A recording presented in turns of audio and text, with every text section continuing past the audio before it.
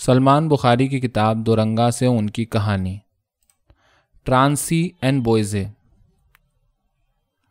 ٹرانسی ماگی کی اکلوتی اولاد تھی۔ جس دن وہ پیدا ہوا نہ اس کا باپ وہاں موجود تھا نہ ہی کوئی اور رشتہ دار۔ ایک دائی نے اس کی ماں کی مدد کی اور ٹرانسی نے دنیا میں پہلی بار آنکھ کھولی۔ صرف دائی اور اس کی ماں جانتی تھیں کہ وہ مکمل لڑکا نہیں ہے، مگر اس کی ماں نے خاموش رہنے کا فیصلہ کیا اور اس راز کو اپنے سینے میں ہمیشہ کے لیے دفن کر لیا۔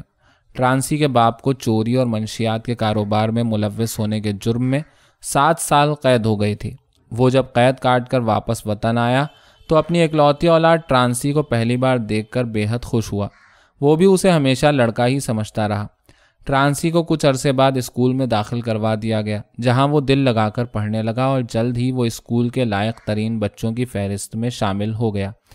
ٹرانسی اپنی ذات میں گم رہنے والے بچوں میں سے ایک تھا۔ اس کی زیادہ دوستی خاموش طبع بچیوں کے ساتھ ہوتی۔ ٹرانسی اس وقت نہ جانتا تھا ایسا کیوں ہے کہ وہ خود کو لڑکیوں کے زیادہ قریب پاتا تھا۔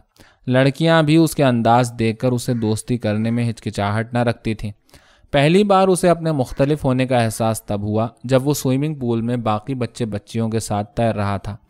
اسے اپنے چھوٹے لڑکوں جیسے بال بہت عجیب لگ رہے تھے۔ شانیہ جو اسی کی کلاس میں پڑھتی تھی، اس کی گردن تک لمبے سنہرے بالوں کو اس نے انگلی سے چھو کر دیکھا۔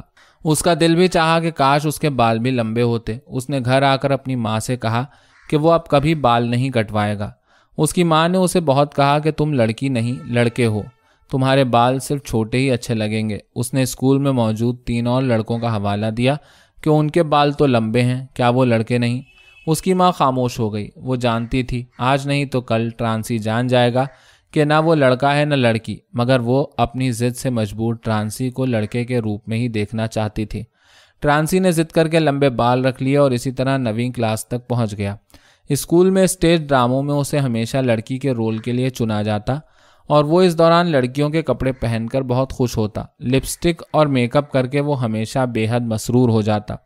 اس دوران ایک لڑکی سے اس کی دوستی ہوئی جو جلد ہی اس دن ختم ہو گئی جب ٹرانسی نے اس لڑکی کا بوسہ لینے سے ہچکچاہٹ دکھائی۔ نہ جانے کیوں جوں وہ بڑا ہو رہا تھا اس کو اب لڑکے زیادہ اچھے لگنے لگے تھے۔ اس کو اب صرف لڑکیوں جیسا بننا اور دکھنا اچھا لگتا تھا، ان کی قربت نہیں۔ وقت گزرتا گیا اور ٹرانسی نے امتیازی نمبروں سے کالج کا امتحان پاس کیا اور اسے ایک اچھی یونیورسٹی میں اسکالرشپ بھی مل گئی، جہاں سے فارغ ہونے کے بعد اسے ایک بڑی فرم میں چارٹرڈ اکاؤنٹنٹ کی نوکری مل گئی۔ وہ لڑکپن سے ہی جان چکا تھا کہ وہ مخنث ہے اور اس کی جنس لڑکیوں کے زیادہ قریب ہے۔ ایک دن اس نے لڑکیوں والے کپڑے پہنے، میک اپ کیا اور اپنے گھر گیا۔ اس کا باپ اس وقت نشے میں شرابور تھا۔ اسے اس حلیے میں دیکھ کر وہ شدید غصے میں آ گیا، اس پر بری طرح جھپٹ پڑا، اس کے سب کپڑوں کو پھاڑ ڈالا اور اچانک اس کی نظر ٹرانسی کے نامکمل عضو تناسل پر پڑ گئی، جسے دیکھ کر وہ سکتے میں آ گیا۔ اس کی آواز گلے میں پھنس کر رہ گئی۔ ٹرانسی کا باپ کثرت شراب نوشی کی وجہ سے پہلے ہی کافی کمزور ہو چکا تھا۔ کچھ دن بعد اس کی ماں سے جھگڑا کرتے اس کو دل کا دورہ پڑا جس سے وہ جانبر نہ ہو سکا۔ ٹرانسی کی ماں گو خود بھی ذہنی مریضہ بن چکی تھی اور مارفین کے نشے کی عادی تھی، مگر ٹرانسی ماں ہونے کے ناطے اس کی پھر بھی بہت عزت کرتا تھا۔ باپ کی موت کے بعد ماں نے اسے ایک دن پاس بٹھایا اور وعدہ لیا کہ وہ عملی زندگی میں قدم رکھ چکا ہے اور کماتا بھی ہے، وہ بس کسی طرح اس کی آخری خواہش پوری کرے۔ اس کی ماں کی خواہش تھی کہ ٹرانسی جلد شادی کر لے۔ ٹرانسی نے اپنی ماں سے کہا، میں نامکمل لڑکا ہوں، نامکمل لڑکی، پھر بھی تم میری شادی کی کیوں خواہش مند ہو؟ اس کی ماں ماگی بولی، مجھے صرف تجھے شادی شدہ دیکھنا ہے ٹرانسی، تو کسی بھی حال میں میری زندگی میں شادی کر لے، میں تیری بیوی اور تیرے بچوں کو دیکھ کر مرنا چاہوں گی۔ ٹرانسی اپنی ماں کی اس عجیب خواہش کو دیکھ کر خاموش ہو گیا۔ ٹرانسی نہیں جانتا تھا وہ کیا کرے اور کیسے ذہنی اور جسمانی بیمار نشے کی عادی اپنی ماں کی آخری خواہش پوری کرے۔ ساری رات اس نے اسی اضطراب میں گزاری۔ آخر اس نے ایک جنس کے ماہر ڈاکٹر سے ملنے کا فیصلہ کیا۔ ڈاکٹر سیکسر ملک کے جنس کی تبدیلی کے ماہر سرجنوں میں سر فہرست تھے۔ ٹرانسی نے جب اپنا معاملہ ان کے سامنے رکھا تو انہوں نے اس کے کچھ ٹیسٹ کیے اور نتائج دیکھنے کے بعد اسے بتایا کہ ٹرانسی کے ایک چھوٹے سے آپریشن اور ٹیسٹوسٹرون کے کورس کے بعد مکمل لڑکی بننے کے امکانات بہت زیادہ ہیں اور انہیں پوری امید ہے وہ ٹیسٹوسٹرون کی مناسب مقدار لینے سے بچے کی ماں بھی بن سکتا ہے، کیونکہ حیرت انگیز طور پر اس کے جسم میں بچہ دانی موجود ہے۔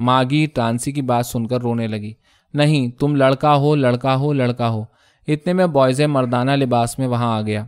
ماگی اسے دیکھ کر حیران رہ گئی اور ٹکٹکی باندھ کر اسے دیکھنے لگی۔